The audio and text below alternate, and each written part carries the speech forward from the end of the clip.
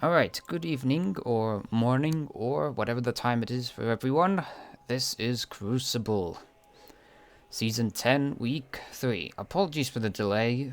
We seem to have had a disappearing act in one of the teams. A person did not show up and we had to get a replacement. Anyways, good welcome.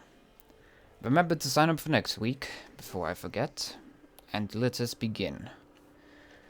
On the red team we have the team that is known as the Snails with Sails, and on the blue team we have the penultimate shipment. Let's start off the map vote timer so that the teams can decide on their favorite map to duke it out on. Though of course I've already given one, which is Clash at Blackcliff.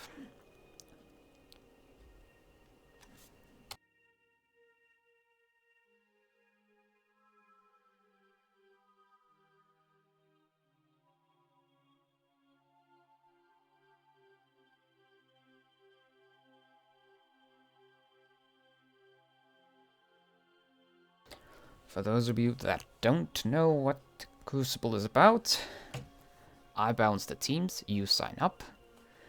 I make teams out of your signups, and then you get to duke it out in a fair and balanced manner, so that both sides get equal odds to win, provided they try enough to win their fights. And hopefully everyone gets either a kick out of it or some valuable lessons.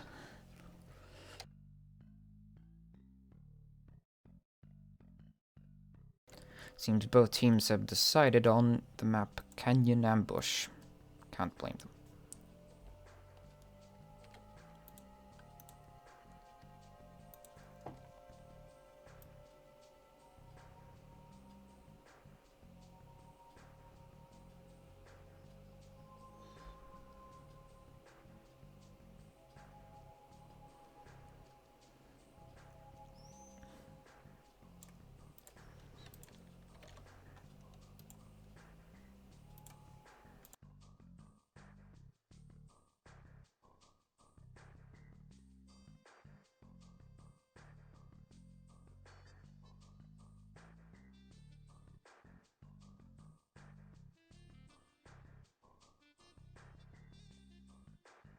And the map is set. Now starts the 4-minute timer.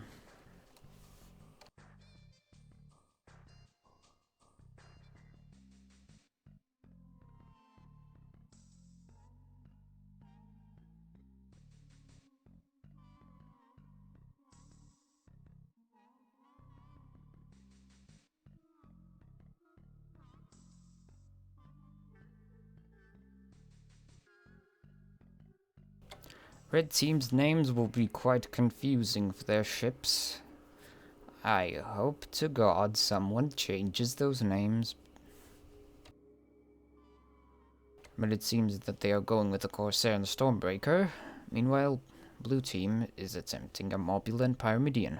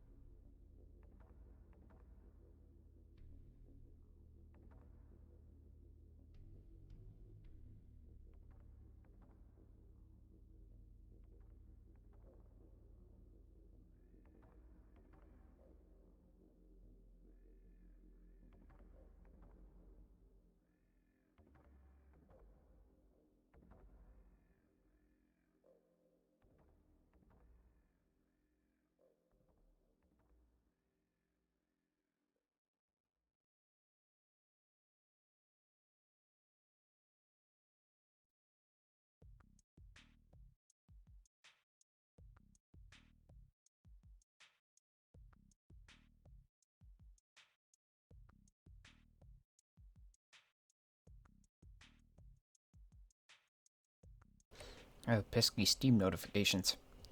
Should have turned those off.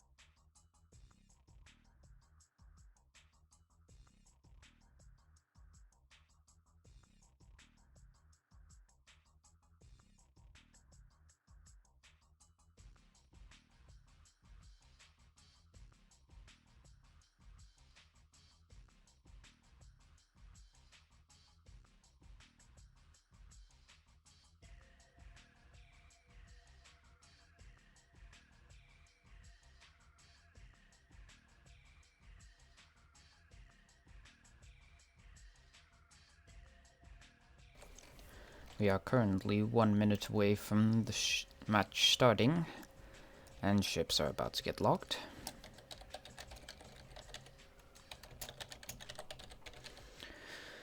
This will certainly be interesting. You don't see a lot of Stormbreakers nowadays. Or Mobulas.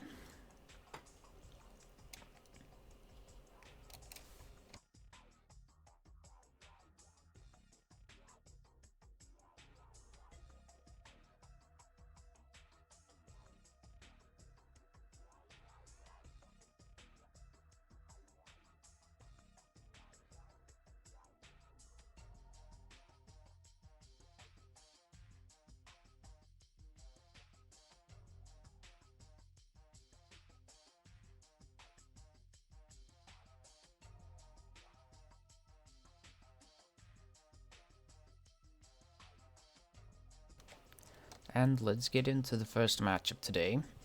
We'll be doing 6 matches. We have 3 teams for this Crucible. Currently, the Oreos are sitting out for a match.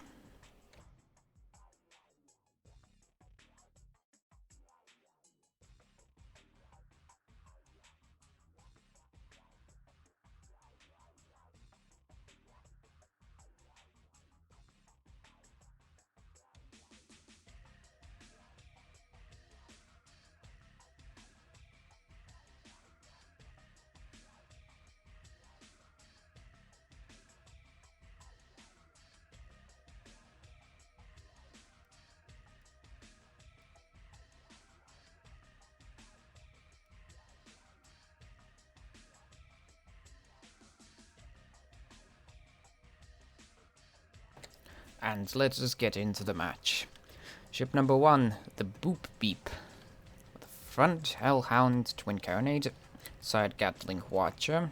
Other side has a Gatling Watcher as well. The back Harpoon. Ship number 2, the Beep Boop. With a Watcher, a Gatling, a Mortar, and another Gatling. So, heavy kill build. Ship number 3, the Attenuation. Oh, apologies, I haven't been calling out the pilot names. Piloted by Finks. So, armed with a Gatling Artemis on the balloon side, an Artemis Banshee on the armor side, and a Hades up top. And ship number 4, piloted by Alpha Sierra. A standard Menamidian with a side flamer and a flare. And apologies, ship number 1 is being piloted by Mosen, and ship number 2 by Igthrill. It seems that both teams have already managed to see each other, so let's get into the fight. The Beep Boop attempting to hydrogen, but the Attenuation pulling off a little balloon vent. Mobulas are known to do that. Dancing Together being lost. At least they've now found their way back, as both red ships are now targeting the Attenuation. And the Attenuation is about to lose its balloon and armor.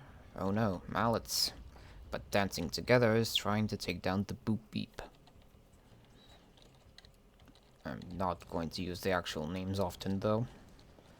And Stormbreaker gets a nice watch in the back of Dancing Together, but Boop Beep gets armor broken. No worthwhile damage, however. But they are cooking. Someone must not have extinguishers on that ship. Meanwhile, the Stormbreaker now suffering under the pressure of a Metamidian on its back. However, it does manage to get behind it. Is that a carronade? I might have missed that. No, it's 2 Gatlings. Oh, those must have been the Corsair's Gatlings, but Beep Boop now suffering massively under the fire of that Metamidian. And Boop Beep also suffering, taking fire from the Magnate, and there we go. First kill for Blue.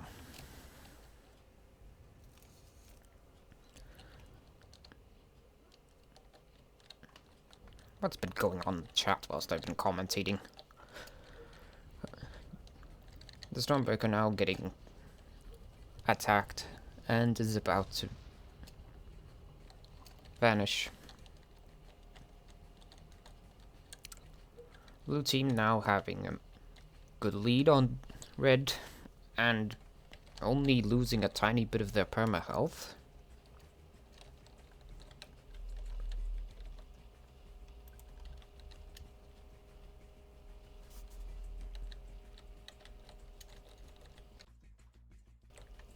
Red team has respawned.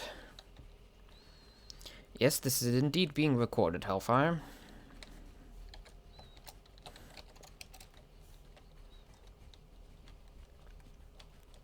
Red team has respawns north of the canyons.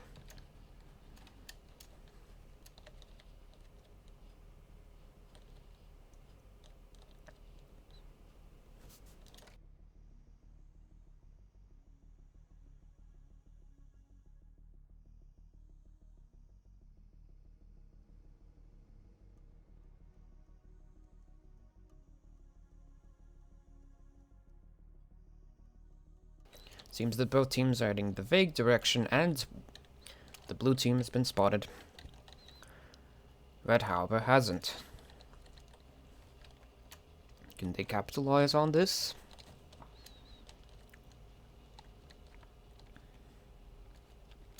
Blue team now being wary from getting spotted, and oh. Red team now also getting spotted. Both blue ships targeting the Corsair and the Stormbreaker, whilst both red ships are attempting to take on the Mobula. Armor break on the Mobula. Mortar shots being fired, and most of them connect. The Mobula is down. Shoot vent not saving the Mobula this time. Dancing together now attacking the Corsair as it's backing up into a wall and losing its balloon and getting rammed in the process. That is one doomed Oh! Unless their ally comes in and saves them. That Corsair is now alive. But barely. As blue teams now managed to push into the blue spawn. And are now waiting for them to respawn as the Corsair is still cooking. Side flame on that Pyramidion seems to be working well. Especially since there's only one extinguisher on this ship. And that is on the failsafe engineer. As I like to call them, slaves. Might be rude, but it's the truth. Their sweat and blood that drives the ship forwards and powers the habits of their captains.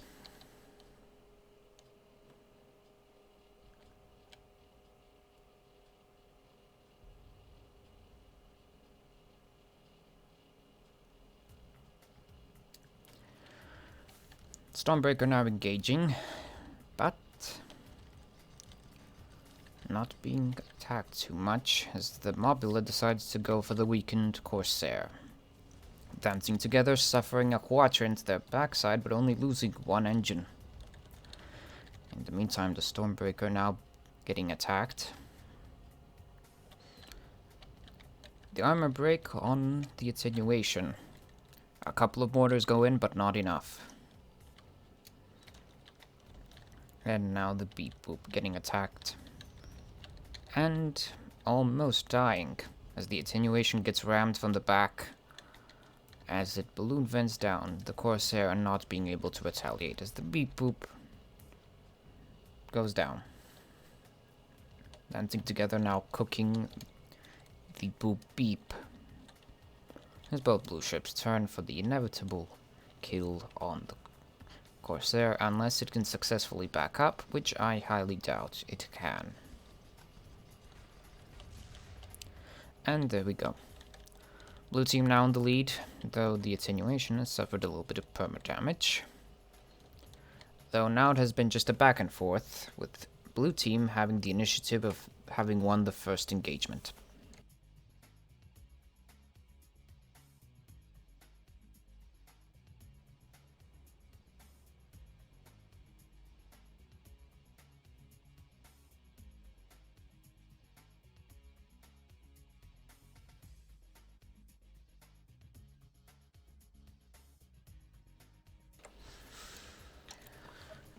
It seems that the Stormbreaker has respawned for the red team.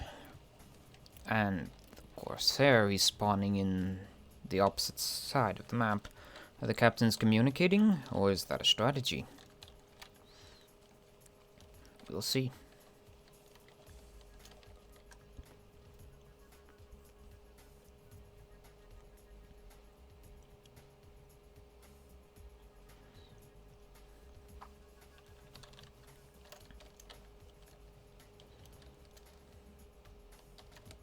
Blue team deciding to hold their ground, it seems, whilst the red team wandering through the canyons attempting to find something. As Dancing Together does not realize that their allies decided to stay put, instead being quite eager to charge into the canyons. The place where the red team does have the advantage, as they both have ambush ships with some good mobility and with the potential to kill quickly, if they especially get a flank on that Pyramidion there.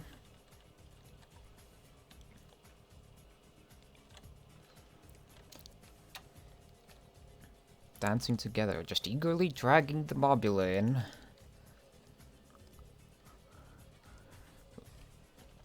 Meanwhile, red team going around the backside in hopes of flanking the blue team.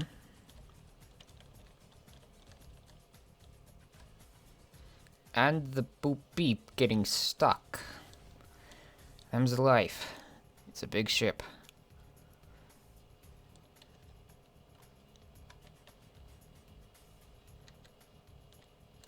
But at least it can survive a bit of impact relatively well.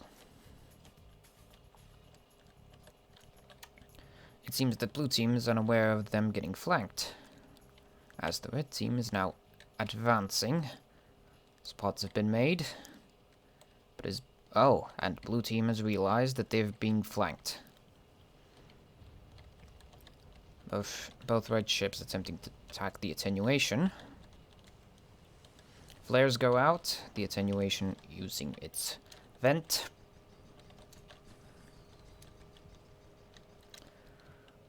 Both ships, blue ships, continuing to fire on the Stormbreaker, whilst the boop beep taking advantage of the situation, ramming the heck out of attenuation, as it also takes a mortar and loses both balloon and armor, but manages to get them back in working order. Though not for long, because that's a wall behind them, and that's an angry Corsair.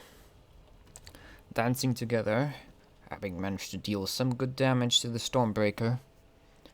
Can they kill them fast enough before their Corsair ally rescues them? Moonshine being used to dodge.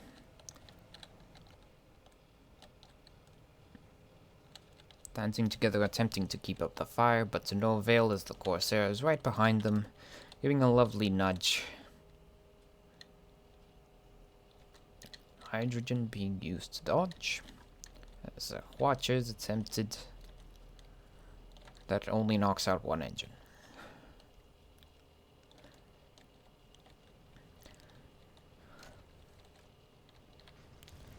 Dancing Together, losing its armor.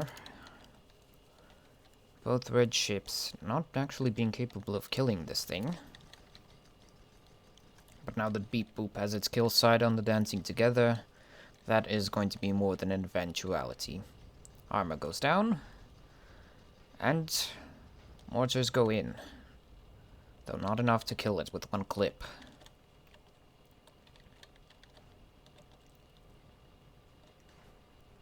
And there we go. Dancing Together did its last dance, for now. The attenuation has respawned, and attempting to move around the north.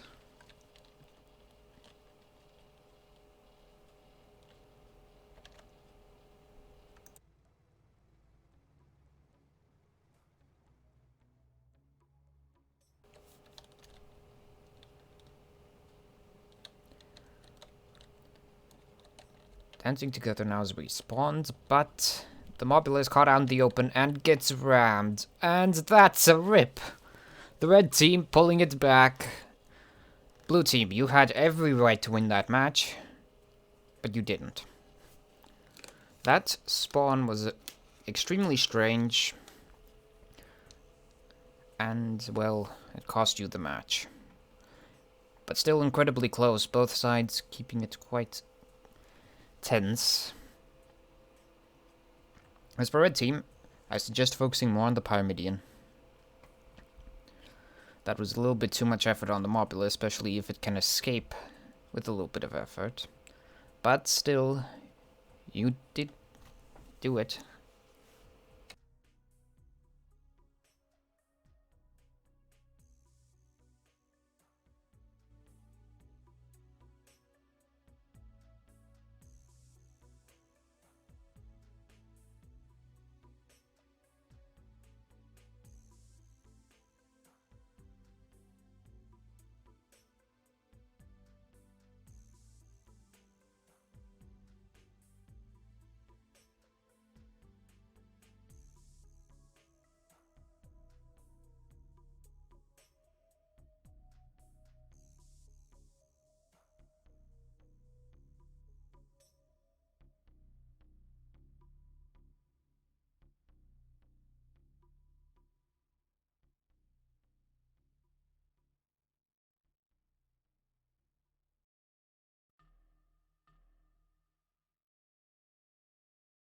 Alpha, swap with me.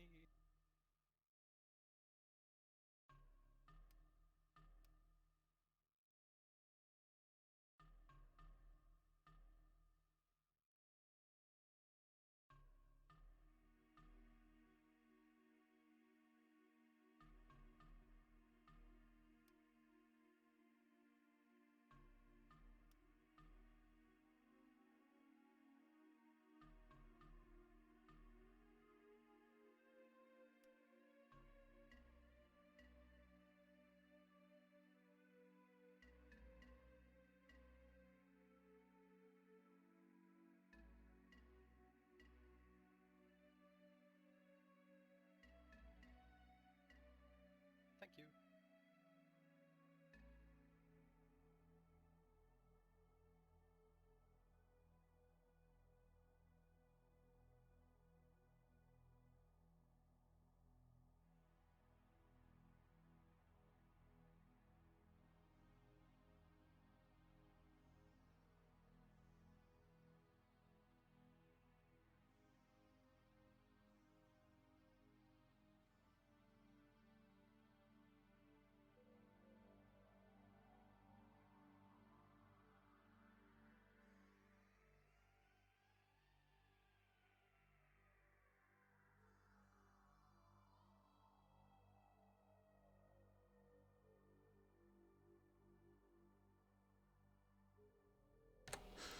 And now it is going to be match 2.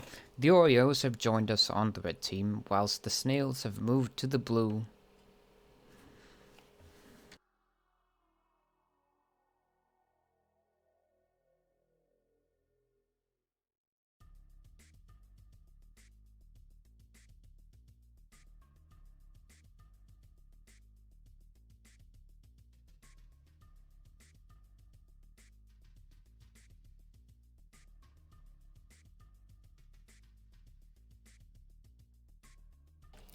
It seems that the Oreos have not gathered up fully yet.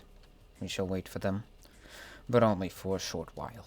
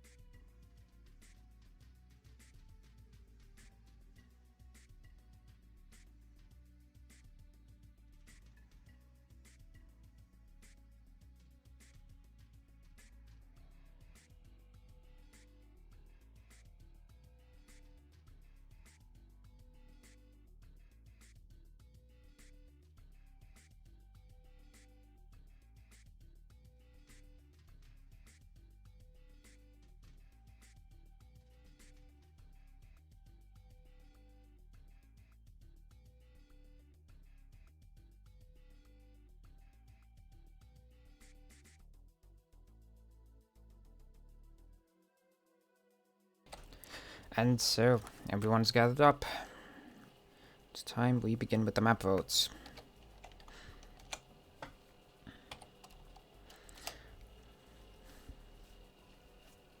Standard protocol, however, because I don't want to deal with ugly mess.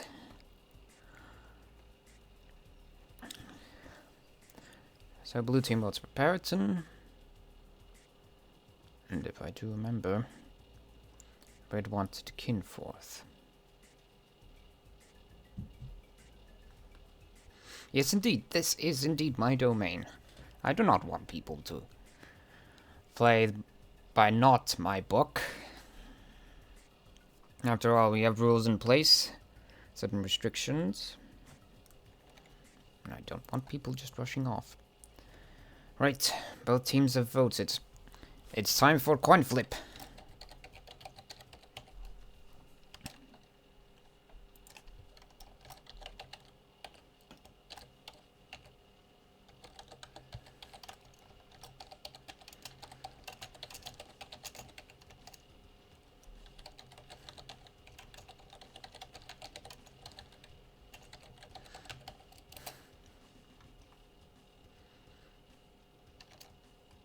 Yes, indeed. Now let's do the coin flip.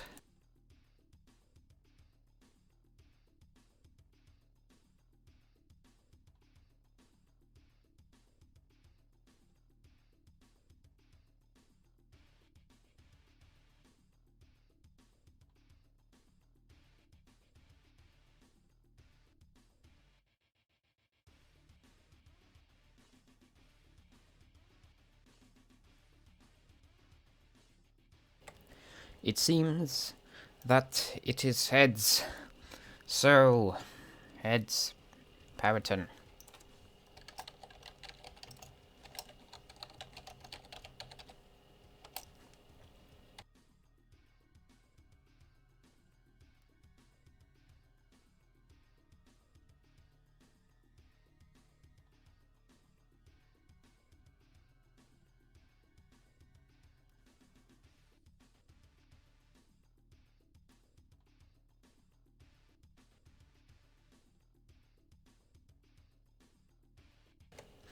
And the map has been indeed changed. Now starts the 4-minute lobby timer.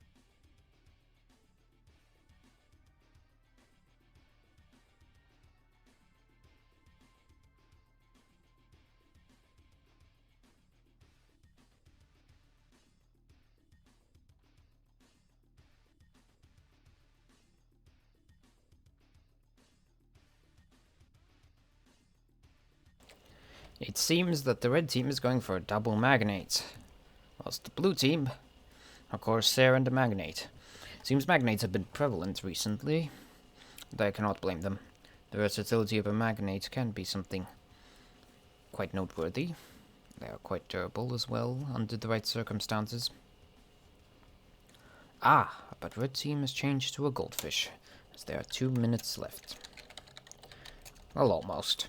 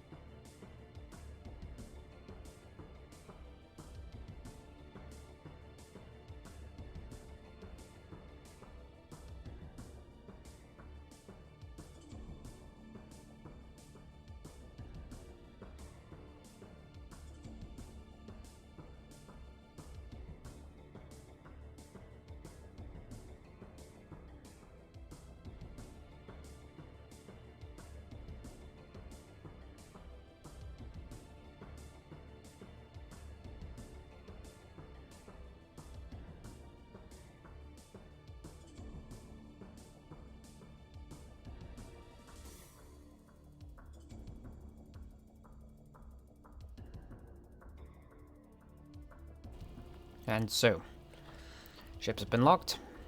And now we are going to get into the second match on Barton Rumble. It's between the Oreos and the Snails with Sails. Let's see who reigns triumphant over the other.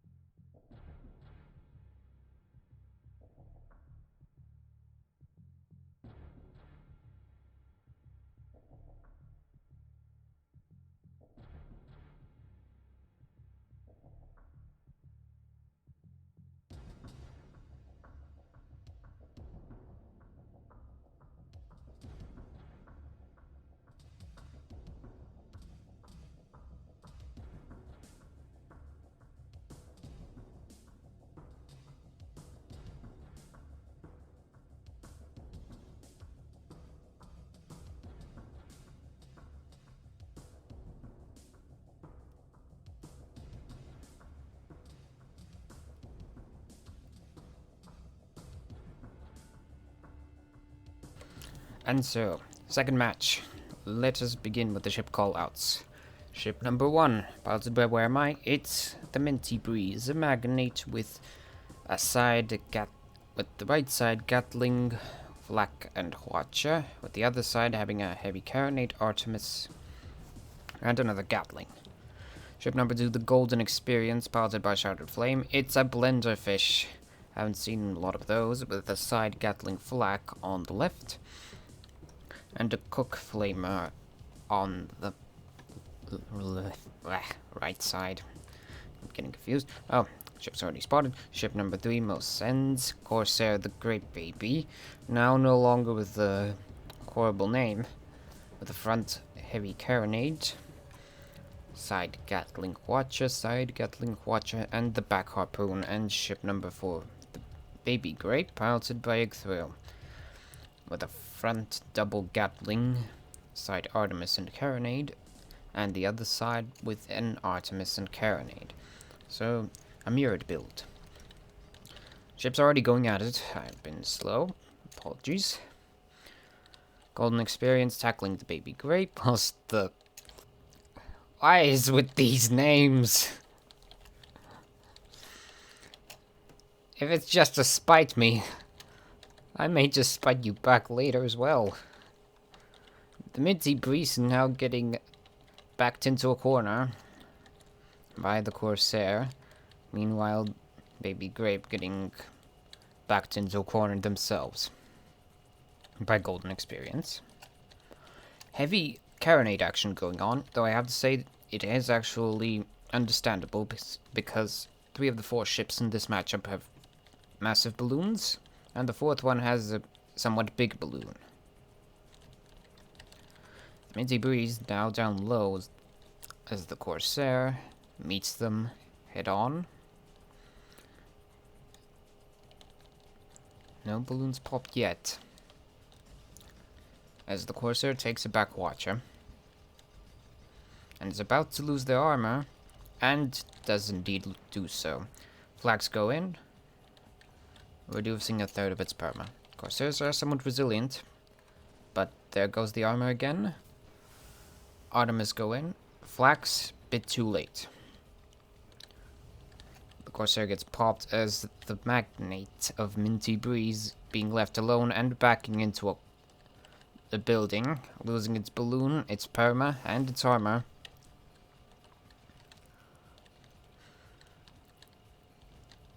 Continuous fire on the Minty Breeze. The Golden Experience attempts to save their ally. I have to say both magnates are wearing a shade of blue. Annoying. As the Golden Experience does get a lovely ram kill.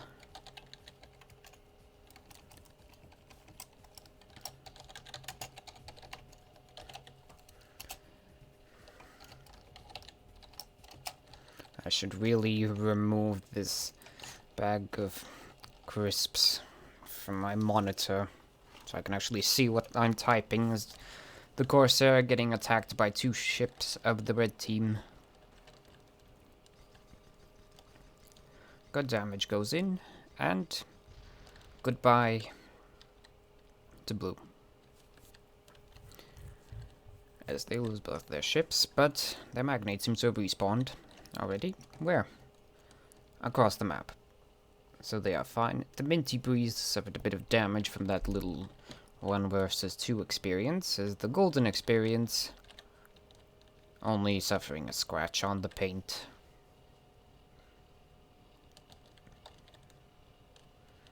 These blue magnates, seriously. Why can't nobody take a yellow? Like was the old color. Though I have to say it does look minty fresh. It just doesn't look minty fresh when everyone has it.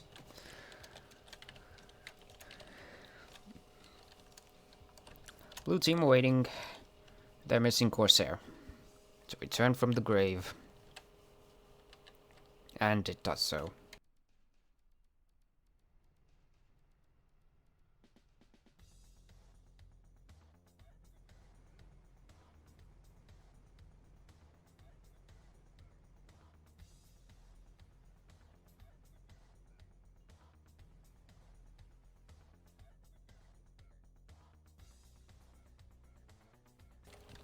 Blue team advances to the middle of the map, as does the red team. Blue team and red team getting spots in. Both magnates see each other. I'd be surprised if you wouldn't.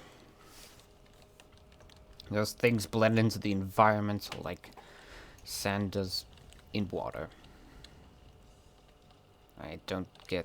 That's not a good comparison, as the baby grape loses its balloon and armor. I don't know what I was thinking with that comparison.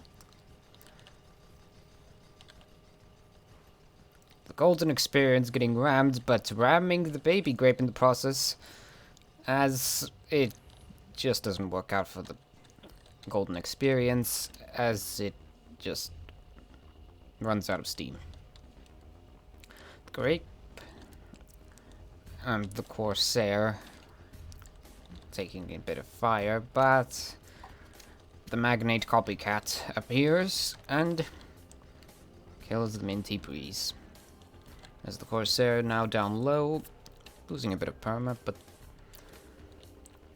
the blue magnate losing a chunk of its perma health as well. Now come on, rise up out of there. This map is complex and difficult to pilot on, especially with all the rubble placed in random places. And as you can see, it can be used against your interests as you get backed into a wall. But then again, you can ram your enemy into the wall and then laugh at them for not seeing it coming. In that case, the Corsair is the obvious one, because it's difficult to see things from that cockpit. A magnate's pilots can see relatively well, and a goldfish pilots can easily see things going around them. It's just a matter of looking behind you. And that's not a thing that people do a lot. Especially newer players, especially on this map. The Corsair going for a wild ram and missing. Red ships in the meantime taking advantage of this little brief respite to attack the blue magnate, though unsuccessfully as the Minty Breeze loses its armor, but recovers without any meaningful damage. Getting popped again though. Minty Breeze losing its armor again, and balloon. 3 balloons popped. I have to say, it's understandable. Baby Grape now taking an armor break, but recovering properly. With no damage, and that Watcher got blocked. See, this is where the environment plays against you. As the Corsair just simply puts its pressure on the goldfish, but not managing to do any meaningful damage as the Minty Breeze loses its armor again and goes down.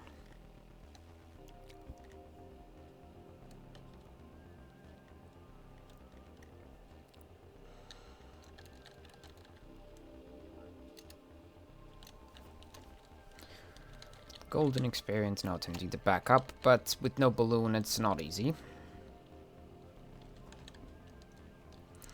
See, the issue about a Corsair is that it can actually bring its balloon back up quite rapidly, thanks to the fact that, well, the balloon's in a centralized location, whereas with the Golden Experience, you can rebuild it fast, but it might not just happen always. Also, the Corsair can just ram you. The blue ship's now engaging, as the goldfish is now bumping its ally.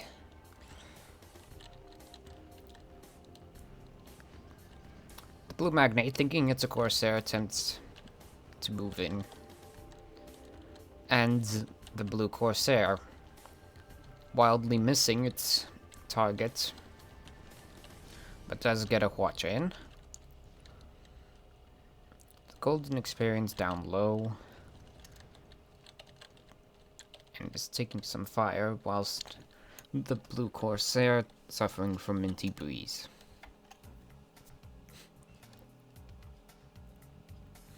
And perma damage. The Golden Experience bumping terrain. Bumping again. Yes, this is not an easy environment to fly around in. Golden Experience in a massive bind right now because it's now pinned against the wall. And that is going to be a ram unless they miss. The Minty Breeze now attempting to save its ally with a little bit of support fire. Baby Grape, on the other hand, attempting to remove said support fire as rams, and that was a double kill! Whoa! Impressive work, Corsair, you did it! That was a double kill!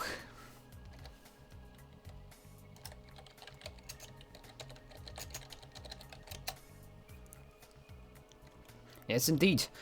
It seems that the snails are winning for now, as they won both matches. Now we'll be back with the Oreos and...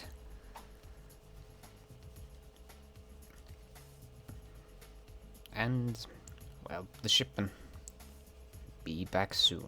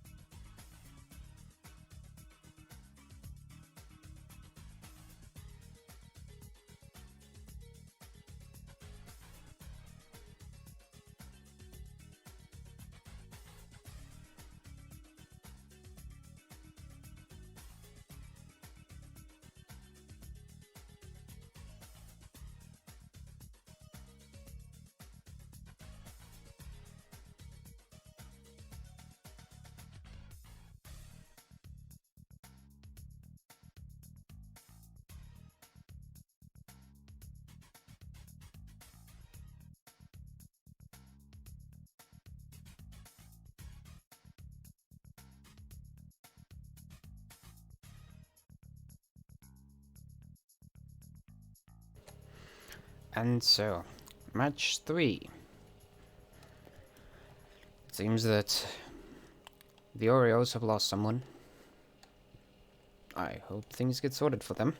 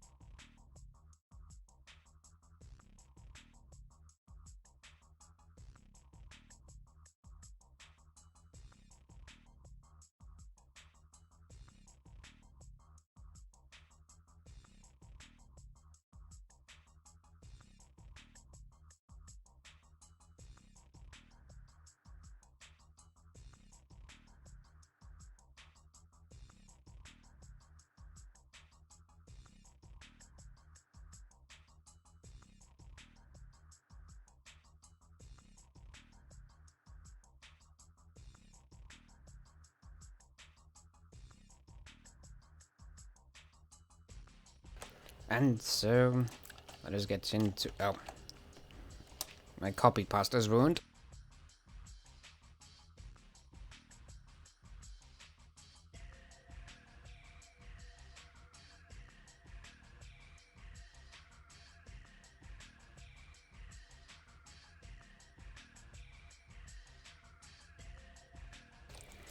Those are my habits, I guess. Now it's time for map votes. Match 3 with the losers of both matches facing off against one another. The shipmen on red and the Oreos on blue. Both have suffered under the oppression of the snails with sails. Both want vengeance. I believe that. Now will they get it? Here's the question.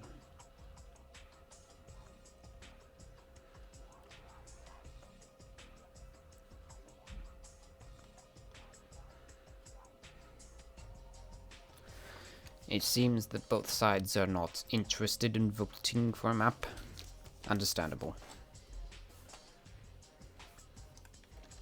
Understandable.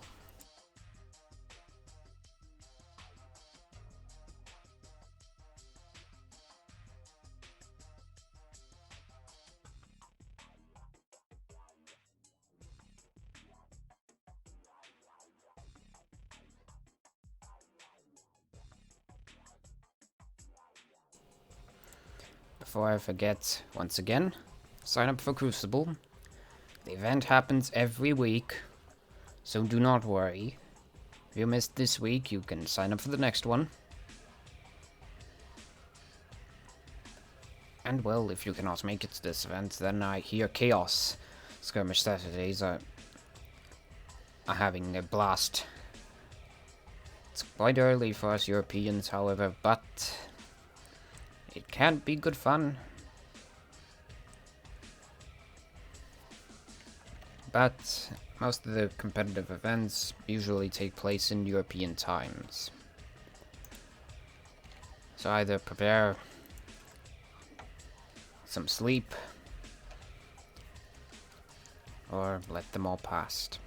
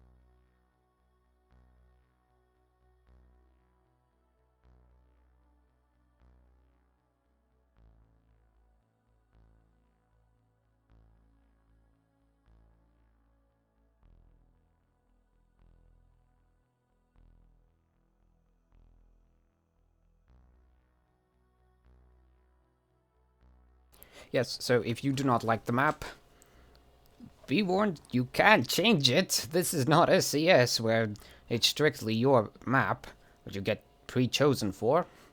You can vote. But that is, you have to actually pay attention. I put up the recommended map list on Discord, always, an hour before the event.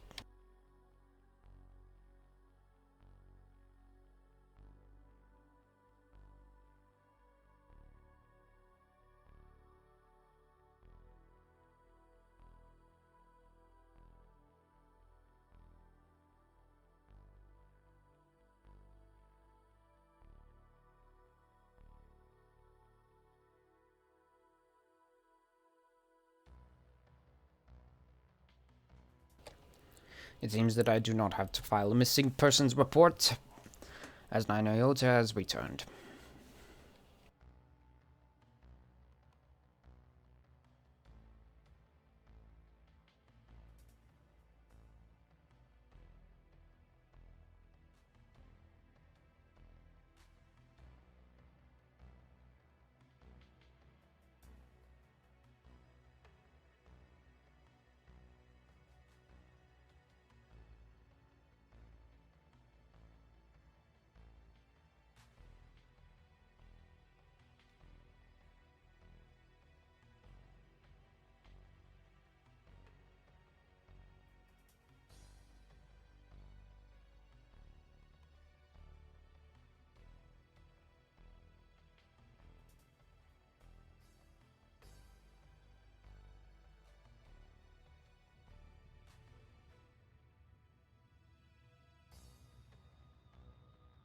For the future, when I give a ready up order, you ready up.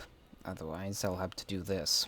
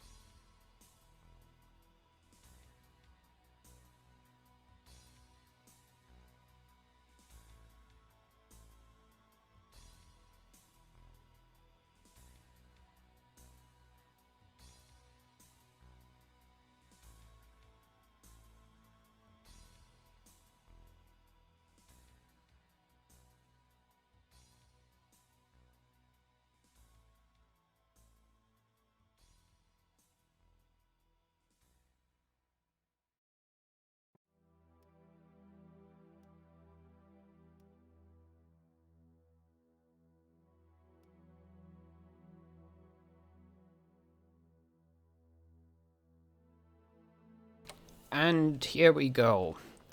First ship of the red team, the shipman.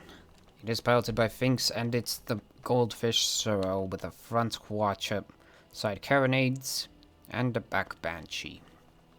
Ship number 2, the Love Shack, piloted by Alpha Sierra, with one side Gatling Artemis Watcher, the other side a Hades Artemis Watcher. So a kind of mirrored build, except with the front weapons. Ship number 3, what are frogs? I don't know. Piloted by Where Am I?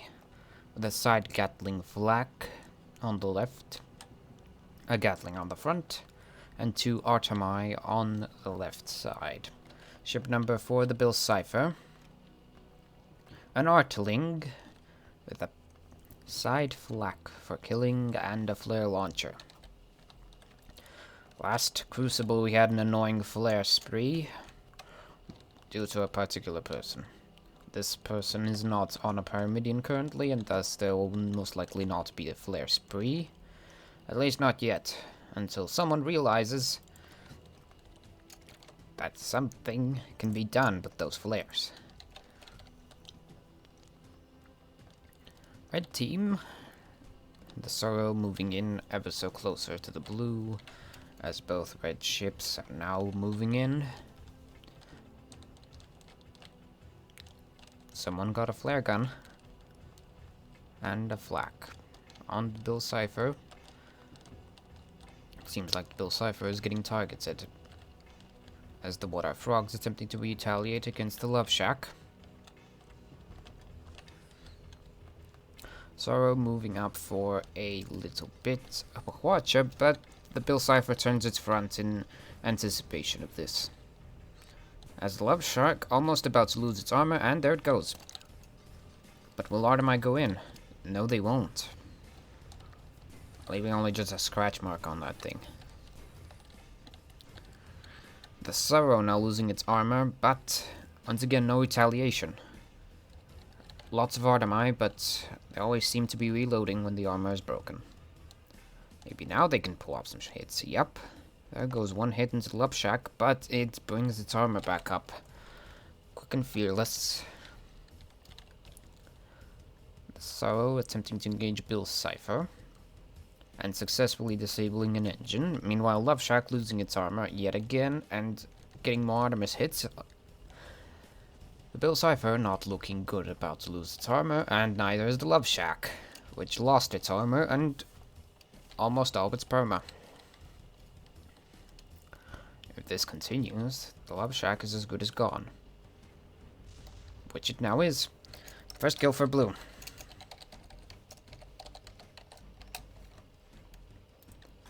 The Sorrow now left alone against two blue ships.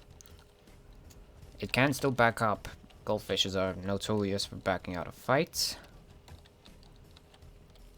Yes, that is indeed an issue, Alpha Sierra. However, I have to ask the question of what were you doing not on the helm? Most likely repairing the armor. Yes, it's an issue. The game sadly has archaic coding, and it's often strange. As the Sorrow successfully backs off, but not getting distance.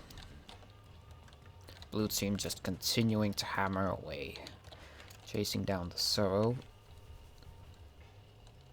The Sorrow lost its side engine and armor now, as it now is under heavy fire, but avoiding any serious damage. The Love Shack appears, most likely an vengeful attempt to take down their oppressors. All fire on the Bill Cipher as it loses its armor, but excellent hydrogen avoids most of perma damage. Love Shack still continuously under fire from the Water Frogs. Apparently it has found its one true love, frogs. The Sorrow now taking a little bit of a pounding from the Bill Cipher as the Love Shack loses its armor yet again. The Water Frogs keeping that thing hammered as the Bill Cipher continues control sessions on the Sorrow. Another broken armor on the Sorrow, but no retaliation. No damage to the hull. Love Shack now getting pounded by two ships. No, Bill Cipher now changing target as the Love Shack now half its armor, and the Sorrow losing its armor, and a bit of perma along with it. A couple of Artemai hits do the job. Slowly whittling down, as it loses its armor yet again. It might meet its maker right now. No. Barely avoids it. But the Love Shack losing its armor. A Watcher attempt goes into the Water Frogs, disabling two guns. Hopefully that gives them some reprieve. Sorrow overburns its balloon and continues to remain out of the fight as the Love Shack is getting oppressed by the Water Frogs. A desperate Watcher into the Water Frogs as it takes out some engines. But the Bill Cipher continuing pounding the Sorrow and keeping its ally safe from harm as it does work on the Love Shack.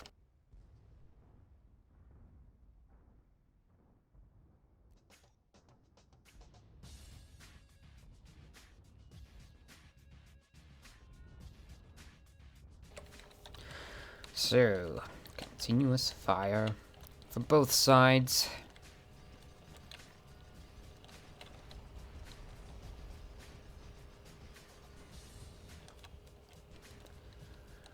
What are frogs cooking? I guess frog legs are up for dinner today. Blue team has an excellent dynamic going right now, where the Bill Cipher keeps the Sorrow distracted as the What Are Frogs attempts to dominate the Love Shack. However, now this dynamic has been somewhat ruined, as both ships are now in a bit of a pickle, being forced to engage non-optimal targets as the Love Shack loses armor, but only takes a few Gatling hits. Both red ships are near death. 12 minutes left on the clock, or 13. Closer to 13 as the Sorrow loses armor and takes a flak. Goodbye to the Sorrow. Much sorrow to be had from your demise as the Love Shack now meets the same fate. Blue doing well, only Bill Cipher suffering a third of its perma damage. And this is red spawn. Blue team is still at a significant lead.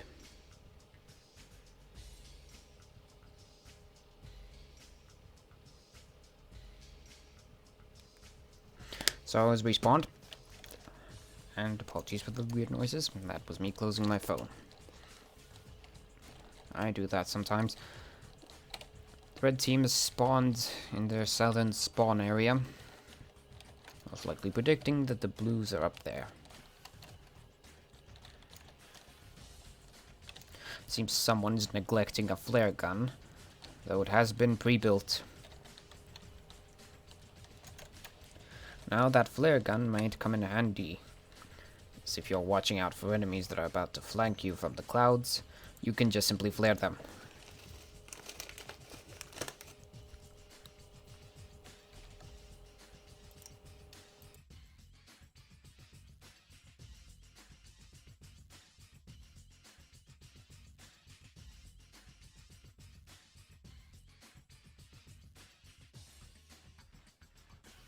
Red team pulling a sneaky and flanking the blue team, as blue continuously backs up.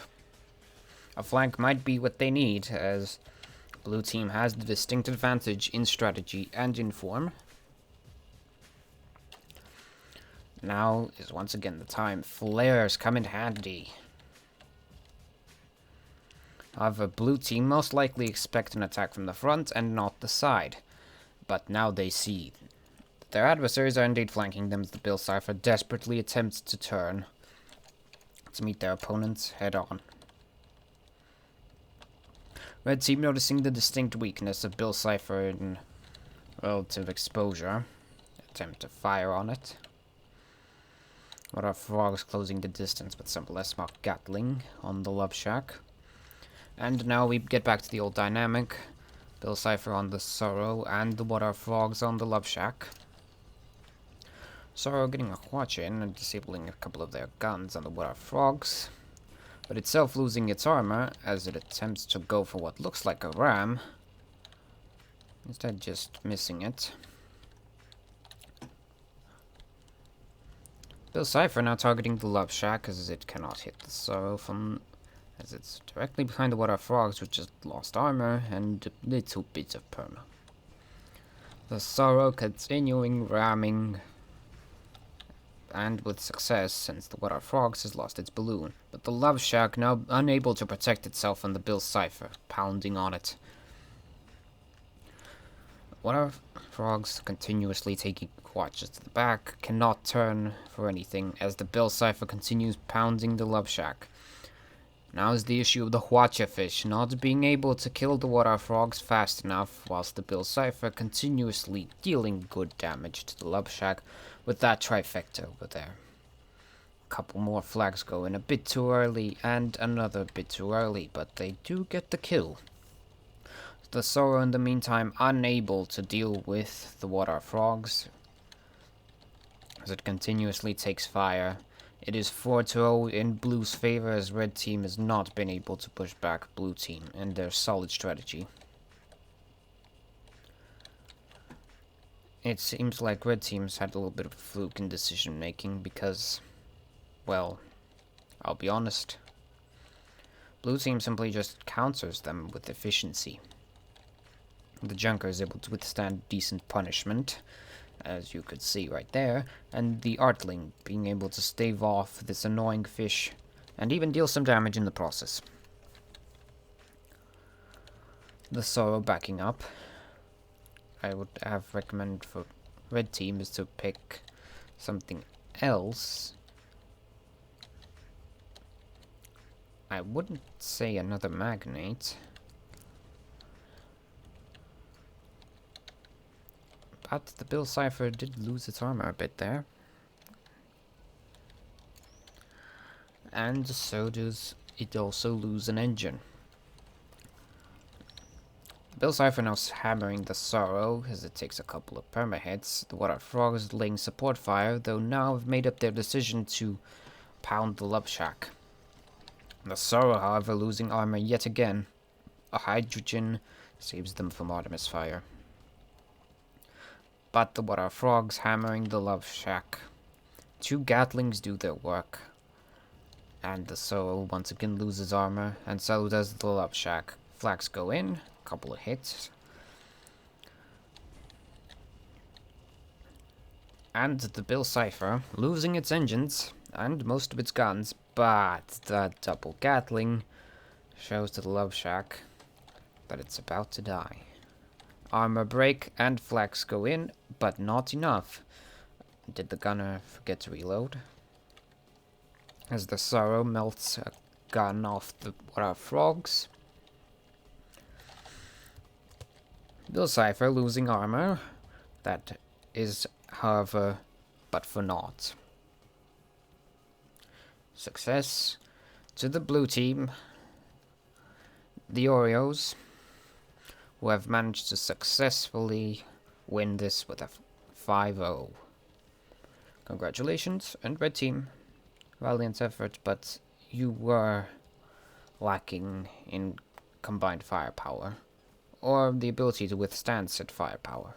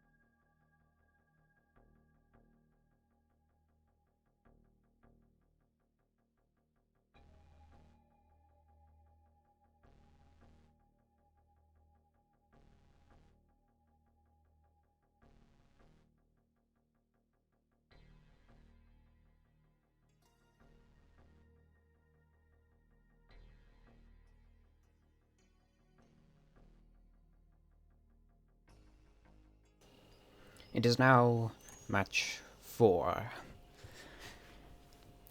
The Snails with Sails are back. being the dominant team of this Crucible. But will they be able to uphold their title? We shall see. Map votes have started. It is a minute on the clock. Once again, if you don't like the map, tell your captain to vote for it. Vote for something that you don't mind playing on.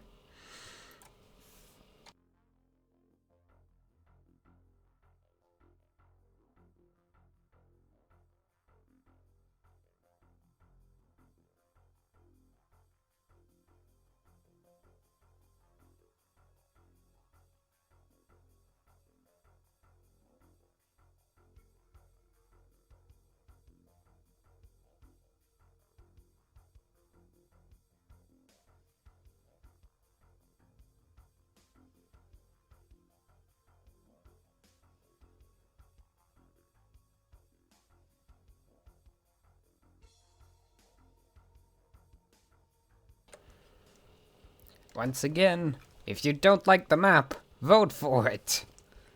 There's a democracy for a reason.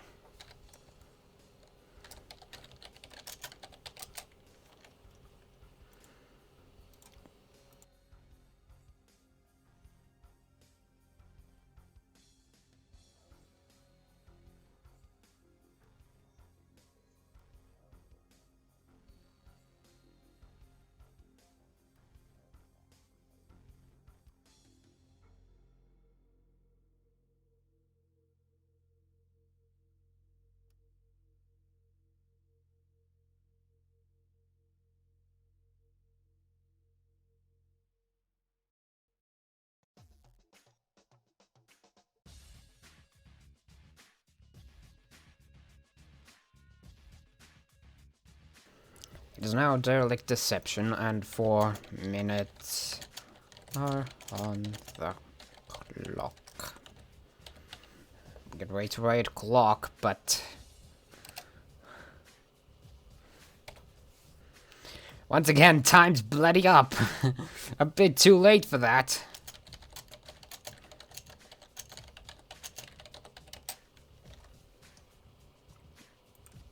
Once again, timers are given for the voting. If you don't like it, just vote. There's specific times for the voting process.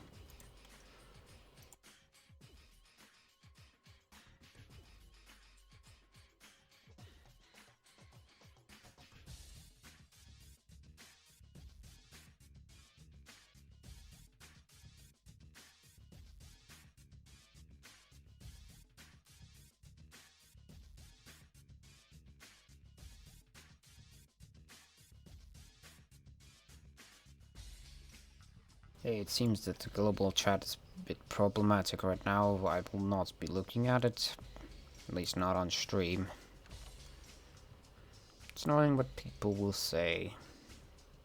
But anyways, back to the Crucible related things. Currently, this Crucible's victors, snails with sails with their classic old Corsair Magnate approach against the Goldfish Pyramidion of the shipman. Last time, a Magnate was used instead of a Pyramidion. Maybe this Pyramidion will grant them the firepower needed to mop up. But whatever they do, it's 2 minutes left.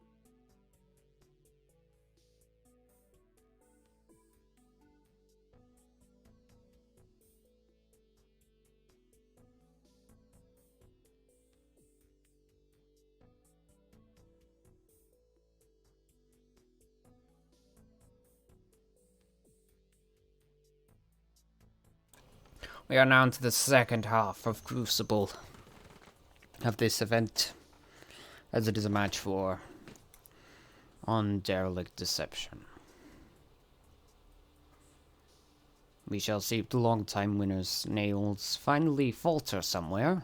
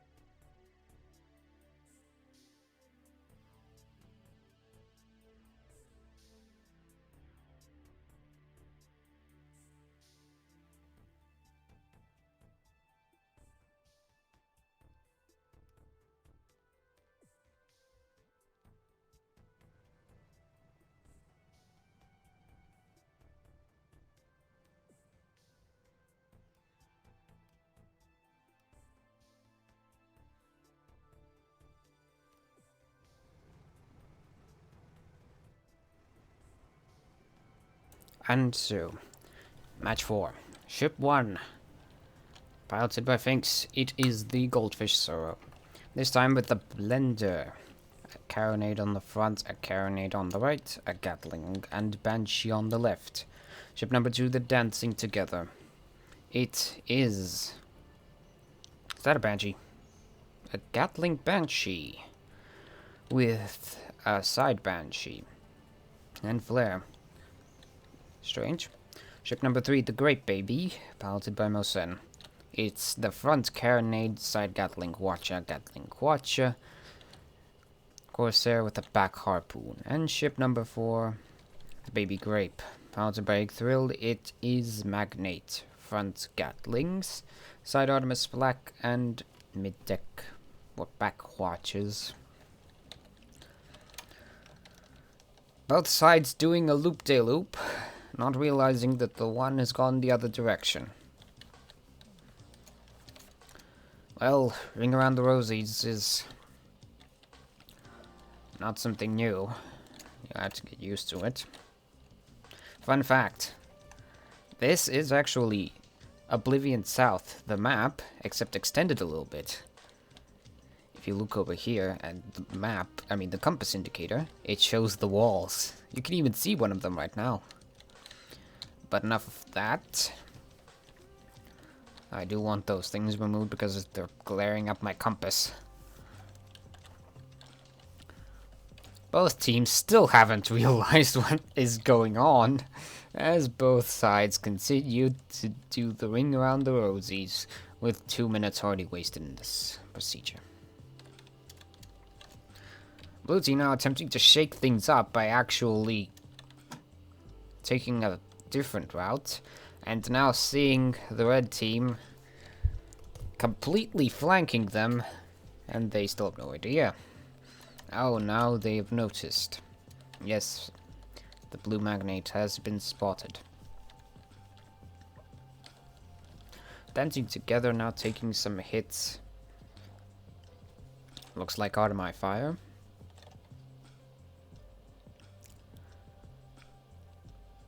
Sorrow moving in to support their now battered ally as it has lost most of its guns. Carronade goes in and the Magnate suffers. Going down slowly and losing its armor. No meaningful damage though, as the Corsair now pounding the Sorrow. The Sorrow now having picked its new targets. And now carronading that as the Magnate looking like it wants to help its ally, which is ramming the Sorrow, but only managing to pop Balloon and deal a little bit of perma, whilst the Dancing Together continuously pounding the Baby Grape blue Magnate as its Balloon goes down from those double Banshees. Typically, that's something you bring to beat a crew. Oh, first kill for blue. Seems the snails are back at it again as the Corsair rams the fish to death. Banding together, retreating whilst pounding on the blue magnate. As I was saying, Banshees, a front Banshee Pyramidion is typically only brought to counter a particular Stormbreaker, or rather Stormbreakers in general, because they usually only have one extinguisher and the constant pressure of Banshee fire puts them under pressure. And thus the Stormbreaker either dies or it can't attack at all.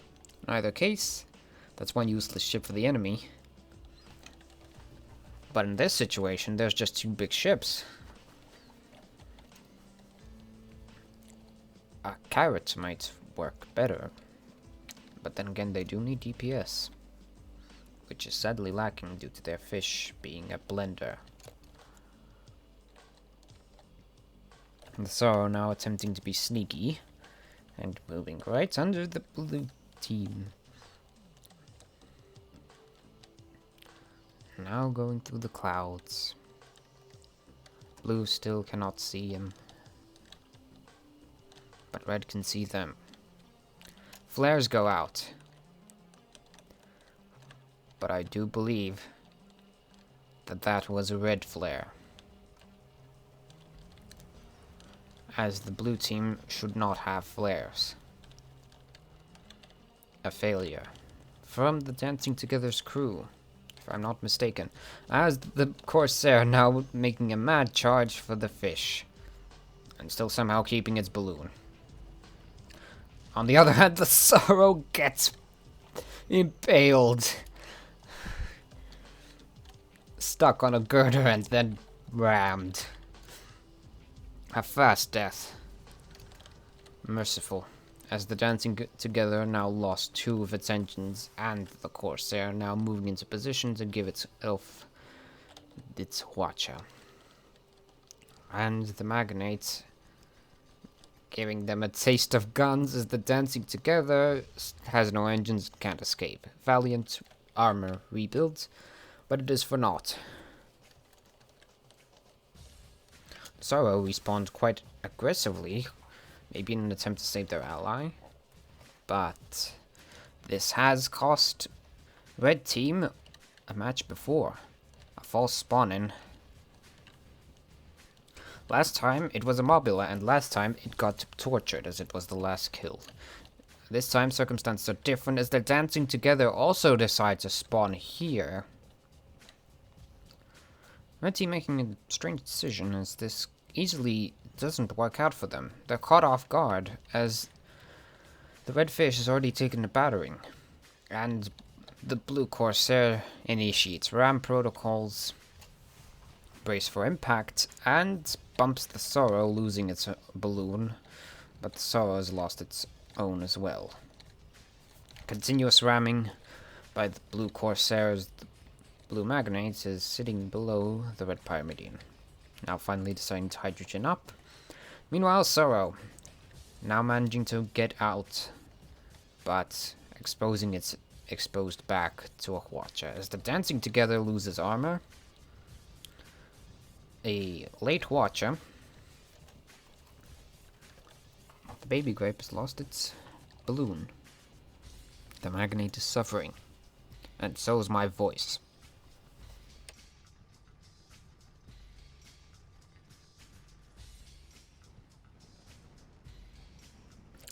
Alright, sip of water later, and the Sorrow's lost its armor.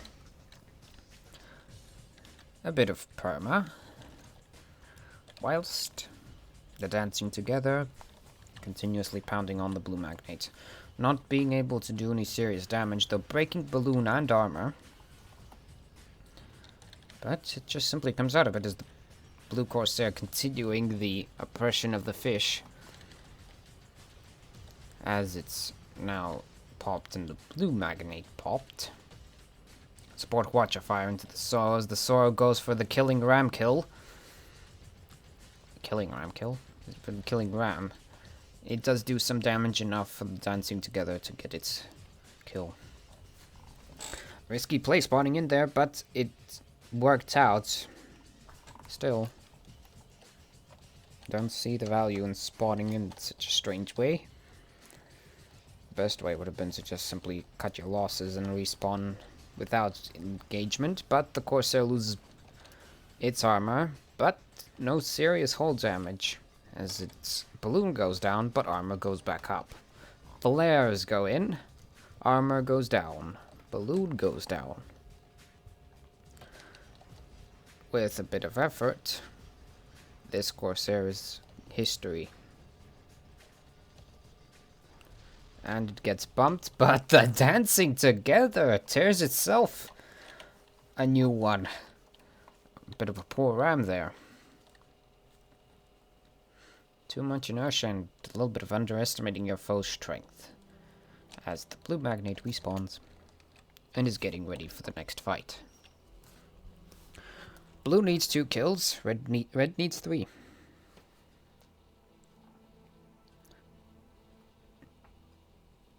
Not as close as last time. The blue team having a distinct advantage in not only a kill advantage, but also the enemy being badly damaged.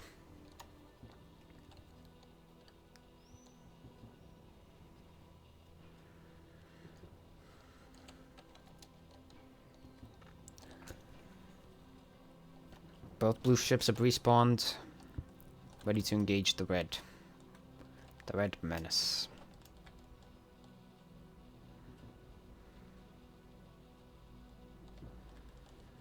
The Sorrow now moving in.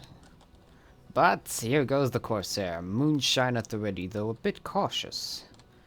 Understandably so, as the goldfish cannot maneuver, but a ram connects. And there goes the balloon armor and a lot of damage. That's a lot of damage. In the meantime, dancing together, attempting to ram the baby grape. Blue magnate. Bit of a crazy idea if you ask me. But they do indeed break the armor as the Sorrow continues to go down and down.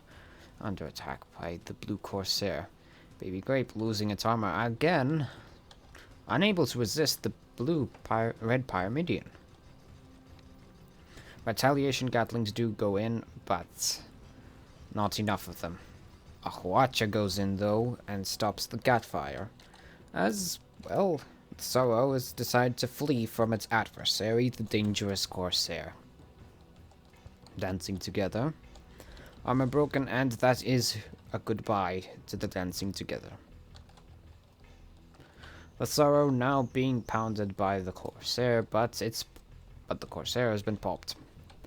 It can make an escape, should it so desire. Now popping the grape. And now retreating. To hopefully its allies embrace. The baby grape has suffered a good amount of permadamage from the suicidal attack of dancing together, but the Sorrow has as well, from the suicidal attack of the Corsair. The fish about to lose its armor, and there it goes. No retaliation, however, as the engineers work quickly to bring that armor back up to snuff. Dancing together, pounding on the baby grape from the back. Ramming a Corsair is not a strategy I would recommend. It has more mass and it has guns on you.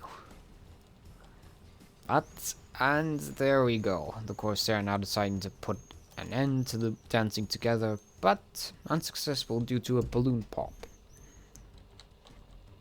Did do significant permadamage, however, as the Sorrow now suffers under the fire. Flax wildly miss, however. Both blue ships' balloons are then under the weather. Sorrow now armor broken along with the baby grape. Neither side being capable of dealing good damage to the other. But that's a goodbye to the blue magnate. 3-4. Now the blue Corsair pilot has a difficult choice. He makes a retreat. A wise choice. Armor is cooking from continuous banshee fire and flares. As the armor goes down, the balloon is down as well. Remember, blue team still has the kill lead, but not for long. But they do have the first kill, so they can play it by the timer, which is only 6 minutes. However, the blue Corsair goes down. I do believe that the red team is still either way going to get doomed. Both of their ships are still badly damaged from the last engagement, and the blue team will not let that slide that easily. It's only a matter of time until the blue team respawns, re-engages, and cleans up their mess.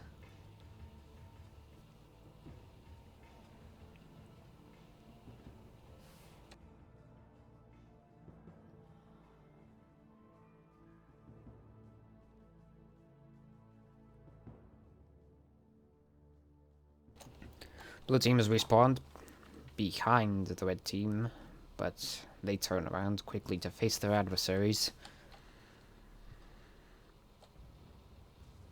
The Sorrow flying perpendicular to the enemy fleet's trajectory, perhaps in an attempt to confuse the blue Corsair.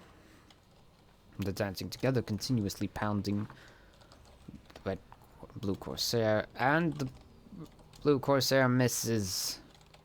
The Sorrow dodges and goes for the blue Magnate. Watch attempt, but missed. However, dancing together now suffering the fire from the blue Magnate. Armor about to go down as the Sorrow attempts to save its ally in a desperate maneuver and pops the blue Magnate.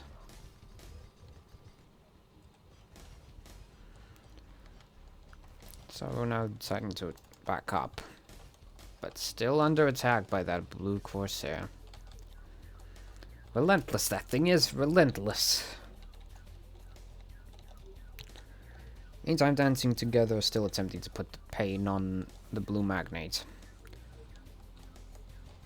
Redfish, the Sorrow, attempting dodges, but getting popped, and dancing together goes down.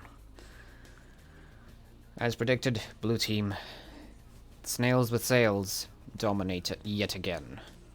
But still, close match. Red was in the position to recover.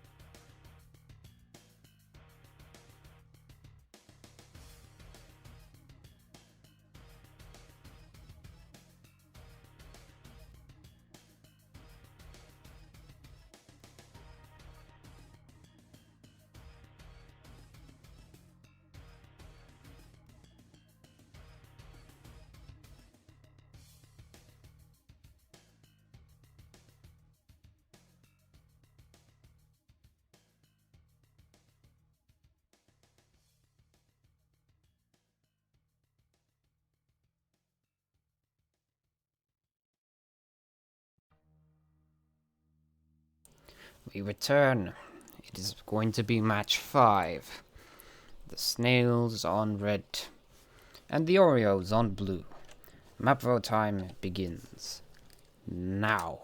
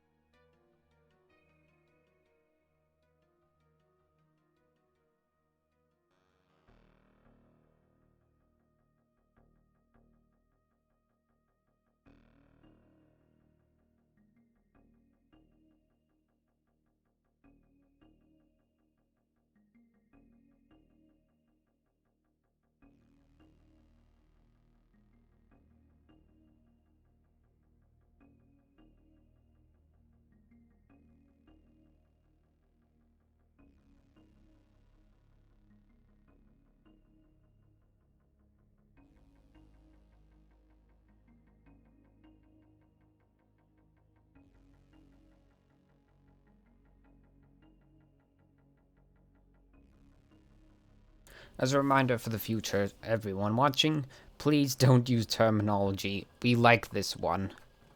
Use vote for this map. Yes, now that's good. Because then I can do this. Coin flip time.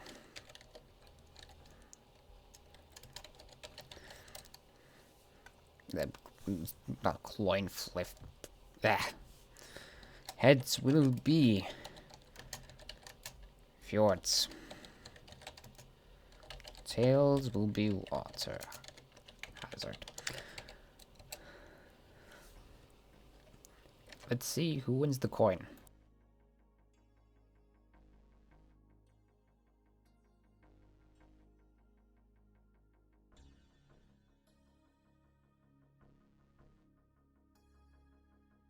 Iron Jesus has spoken. It is heads.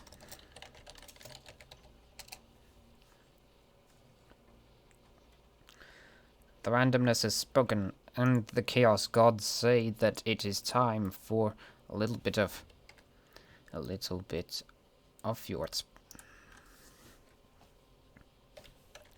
Fjords it is.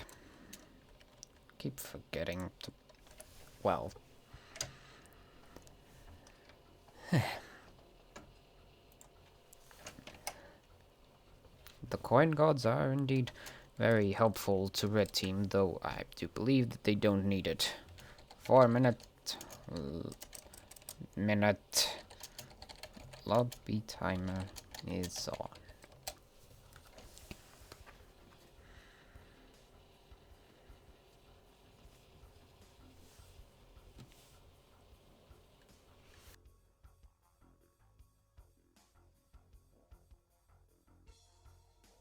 No curses, I'm out of crisps already.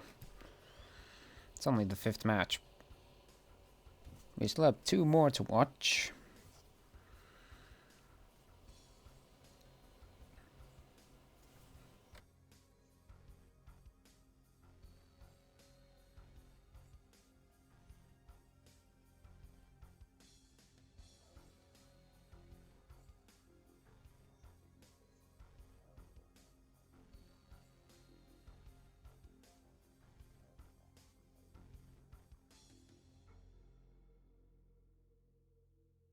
I actually heard the conspiracy that it's not actually a perfect 50-50 chance of a coin flip.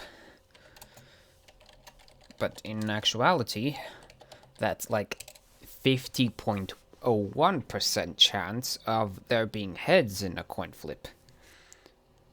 Might just be statistics just simply creating an odd number with no explanation, or it can be conspiracy theory that, well, some kind of physics approaches causing the issue, such as heads being more, well, having more mass and thus landing on itself more often. But it's just a conspiracy theory. No. Or maybe yes. Maybe it's some sort of clever ploy created by the Chaos Gods to manipulate us into praying for heads most of the time. But who knows? It's always odd with these percentages.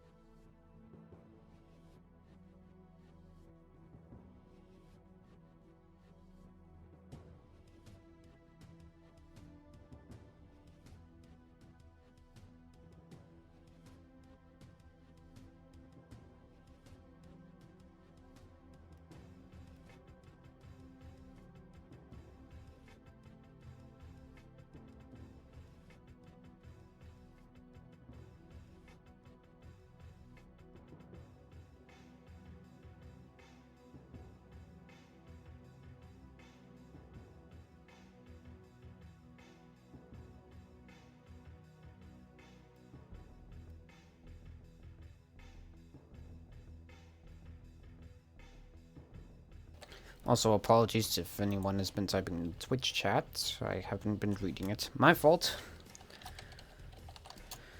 My fault indeed. I didn't open up this Twitch for some reason. No, it pains me. But now I'm reading it. It's supposed to be one something. And anyway, ships are locked, and we are ready to begin the next match. With the snails versus the Oreos.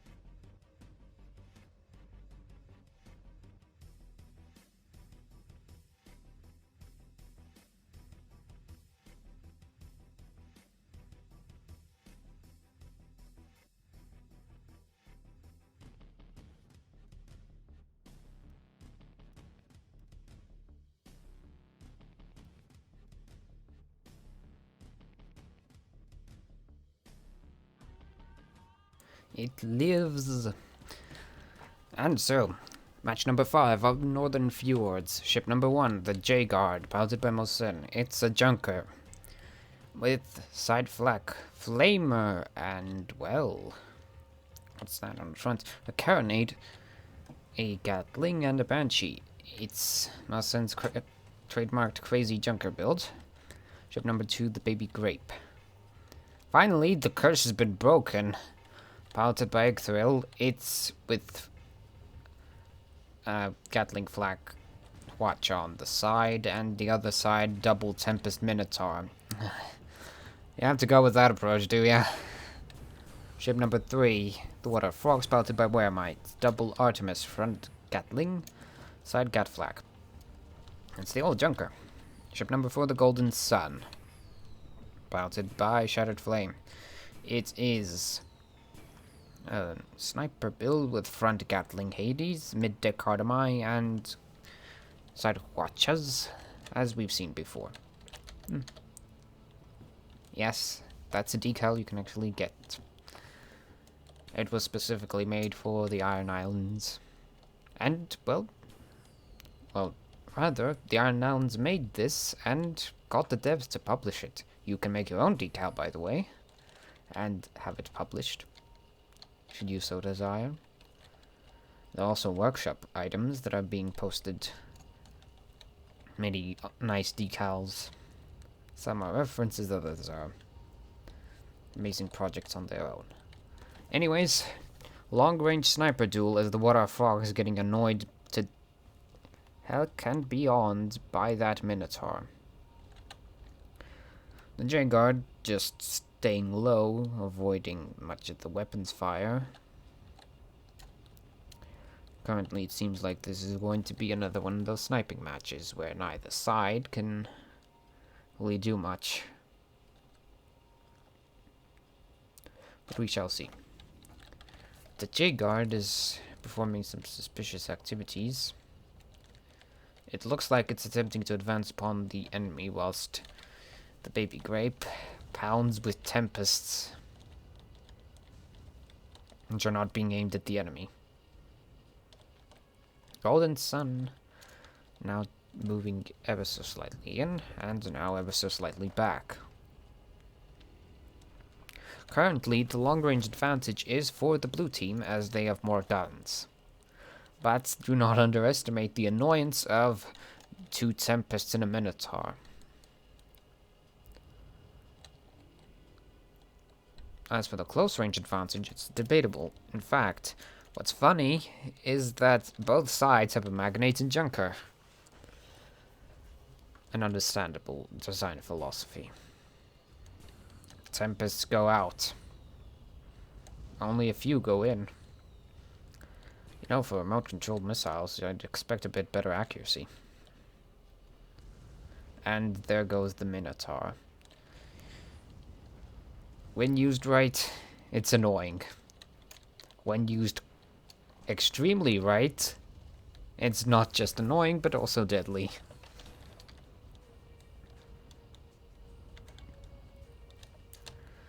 The J-Guard moving in from below, whilst the Baby Grape moving in from up high. Both blue ships seem to be preoccupied with the J-Guard, but targeting a Junker is not often wise. Golden Sun dueling it with the Baby Grape as the Water Frogs is dueling it with the J-Guard. But that duel is ruined by the Baby Grape's Watcher, which does do some disables. Both red ships now targeting the vulnerable Water Frogs as its balloon is cooking and goes down. Or not. But it will go down soon. And the armor is cooking, and that is a burning Junker, and still survives. The J-Guard, however, loses its own armor and gets a face full of flak, ending its existence, giving the first point for blue.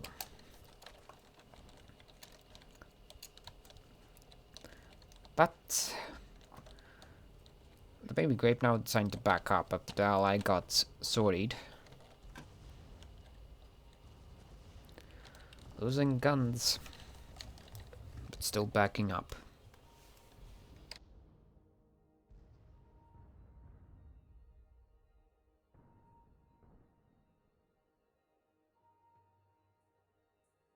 Apologies, but I will have to tone down my commentary.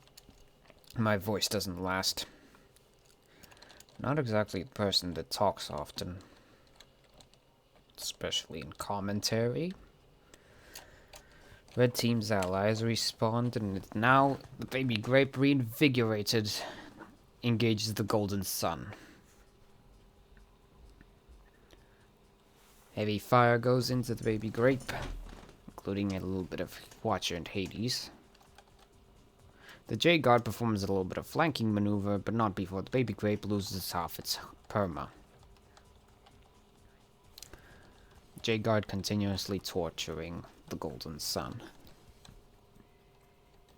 Meanwhile, the Baby Grape now losing its armor almost to what are frogs. Both magnates in this battle are losing, but the Baby Grape is dying faster. Blue team taking advantage once again of that kill power of their Junker, and Baby Grape now almost gone. Red Junker must hurry it up. but it cannot. The Golden Sun being able to withstand its pain. Meanwhile, what are frogs continuously fighting the baby grape? Two battles of the opposites. And the J-Guard attempts to move in to help its ally out. The Golden Sun not being able to reposition with equal speed, but still getting there.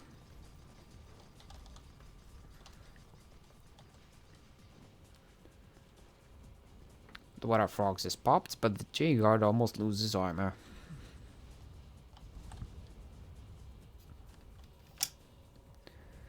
And now the J-Guard loses armor. Flags go in, but not enough to kill it. At least not yet.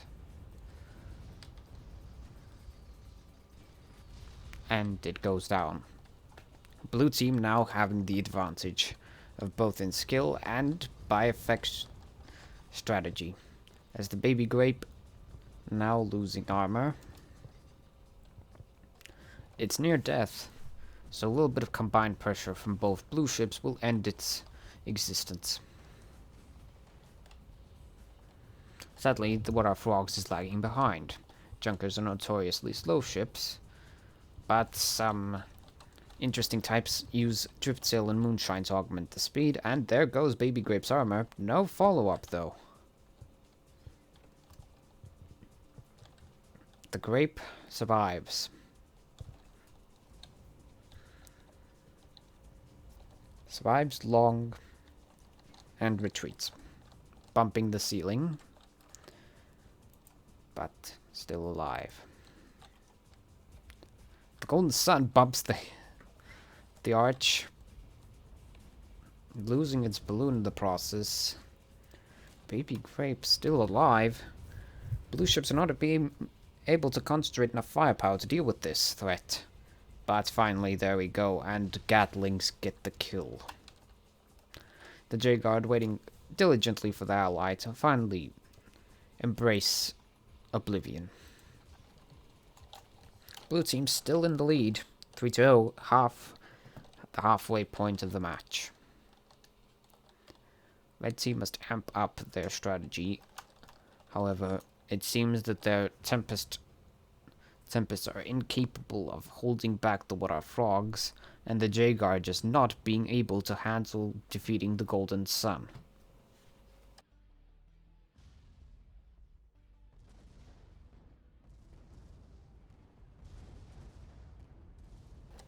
Baby Grape is returned, and has immediately started taking fire and almost losing its armor. Well, now it has actually lost its armor. Sadly, no retaliation. No follow-up. As the Golden Sun loses balloon and armor, the Water Frogs, ignoring its allies' perils, continuously bombarding the Grape. Both ships continuing to exert pressure onto the Grape as it climbs up in an attempt to evade the incoming armor mine. Successfully, but still suffering damage. Now the target is the J-Guard for the blue team as Water Frogs is popped.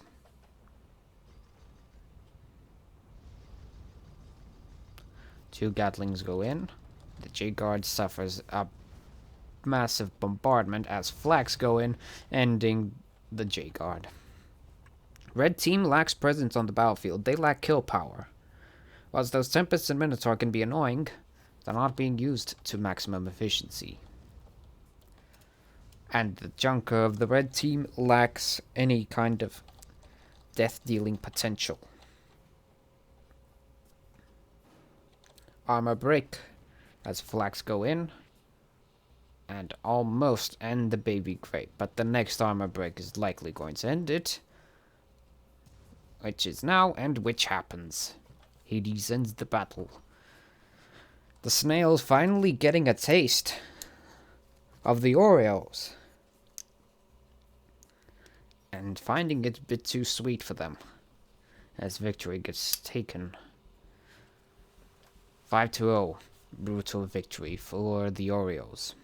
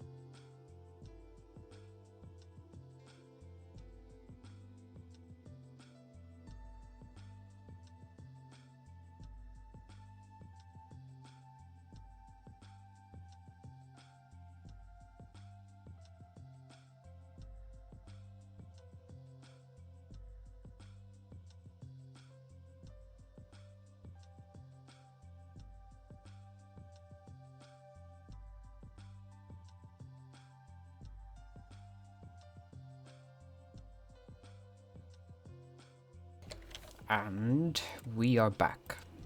The last match. And the timer for the map votes begins now. The last suggested map is Alron Frey, aka Discount Canyons. For being almost completely identical to the canyons, except less narrow, more open area.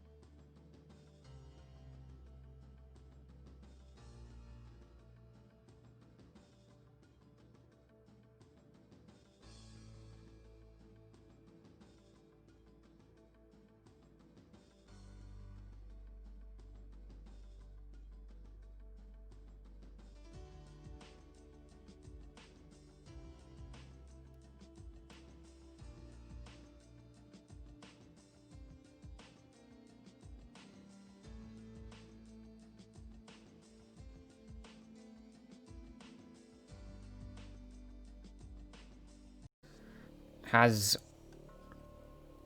their issue and actually cannot. Well, if the blue team changes last second, then the red team gets a little bit of a discount trophy. A little bit of time.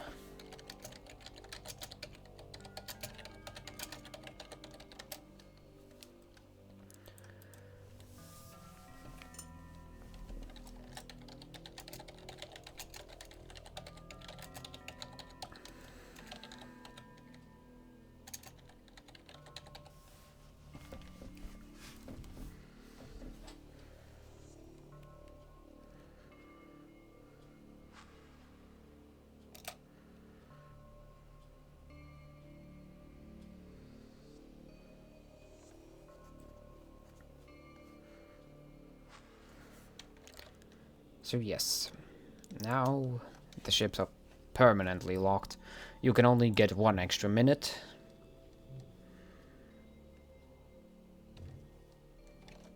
And now we shall begin the last match.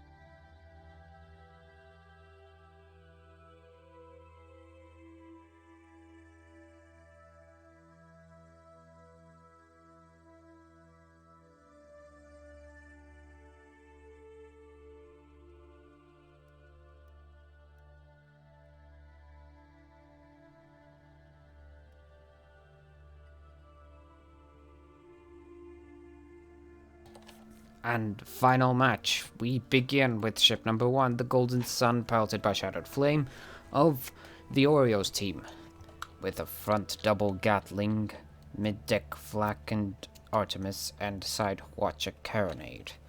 Ship number 2, the What Are Frogs, it's the same old double Artemis, front Gat, side Gat Flak Junker, piloted by Where Am I? Ship number 3, the Execution, a Metalike galleon with a Hades, Lumberjack, and Nemesis. I'm guessing that is because the gunner is not experienced with the flak, though I am neither.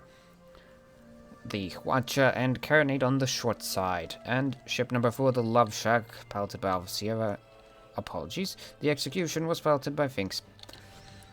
Armed with Gatling, Artemis, and Watcher on the one side, and double Tempest Minotaur on the other.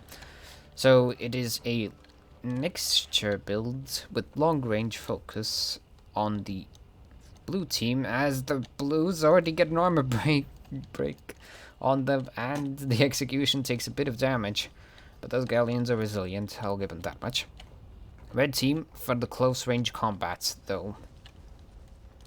Blue team must attempt to keep their distance, which they are currently failing as the execution gets broken once again, getting their armor back up, but red not being able to put flax in them. At least to the extent that would be appreciated. Golden Sun taking a bit of a pounding from the Love Shack, and the What Are Frogs being balloon popped by that lumberjack on the execution. As the execution takes a couple of Artemite hits.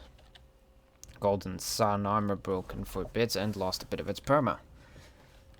4 guns down on the execution as the Love Shack just hydrogened a bit too hard as the What Are Frogs lost its balloon yet again. Lumberjacks will do that to you. And that is an armor break and flax. First kill for red. The close range setup here seems to pay off more for the red team than the long range for blue.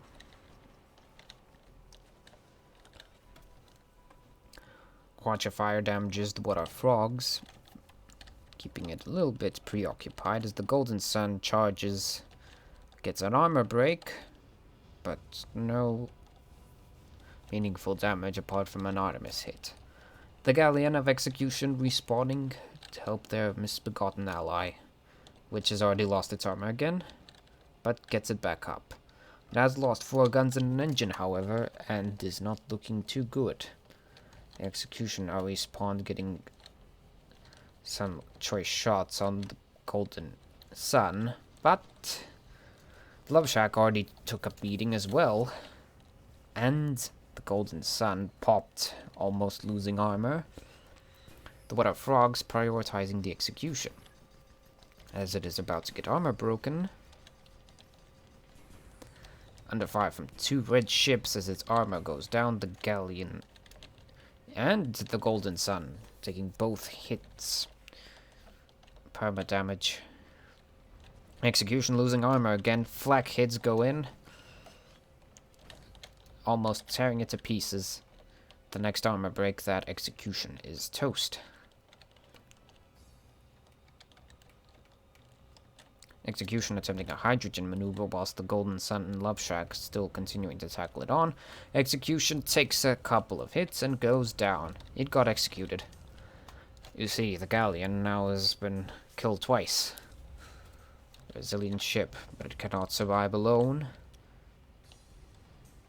The Golden Sun continuing to pound on the Love Shack. Once in, whatever the shenanigans are in there, maybe they'll just break the door down on that rotten building. Flax go in. Magnate goes down. Red team, 3 kills already with a spiffing advantage. Golden Sun, however, has lost most of its perma. Blue team's now respawned in their little hidey place near the island.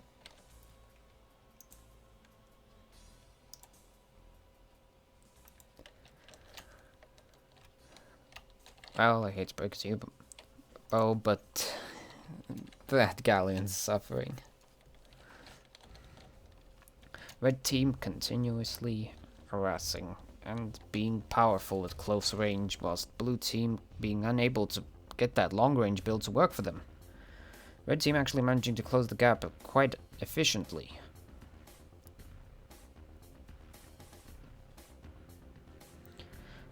A split push from red team, with most of the guns aimed on the Golden Sun. However, this maneuver does not pay off for red as the Golden Sun starts getting pounded. The What Are Frogs showing up to pound the Love Shack back. Armor break, flax go in. But so does the Golden Sun get broken. Balloon almost getting popped. The Golden Sun now getting popped. And an armor break on the Love Shack. Continuous fire on the Love Shack, hoping to bring it down. The red team does break their armor. No follow-up, though. Golden Sun and Water Frogs continuing the fire on the Love Shack. The Execution attempting to save their besieged ally, but at least managing to stave off any serious permanent damage, as the Water Frogs realize now that the Execution is exposed, and so does the Sun with a couple of flex going into it. A couple more from the Water Frogs. Next volley ends their existence. Yes, indeed. Red team will win this one, most likely. Especially if the Love Shack does not make a bail. However, it most likely will not be able to escape the ramming magnate of the Golden Sun, and there we go. That was the last match of this Crucible. Thank you everyone for watching. I'm your host, Senok. And this has been Crucible, Season 10, Week 3. With the Oreos winning this last match. Remember to sign up for the next week. After all, this event goes on every single week. Well, not every week.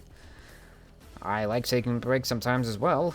But anyways, thank you all for watching. Take care, and stay safe.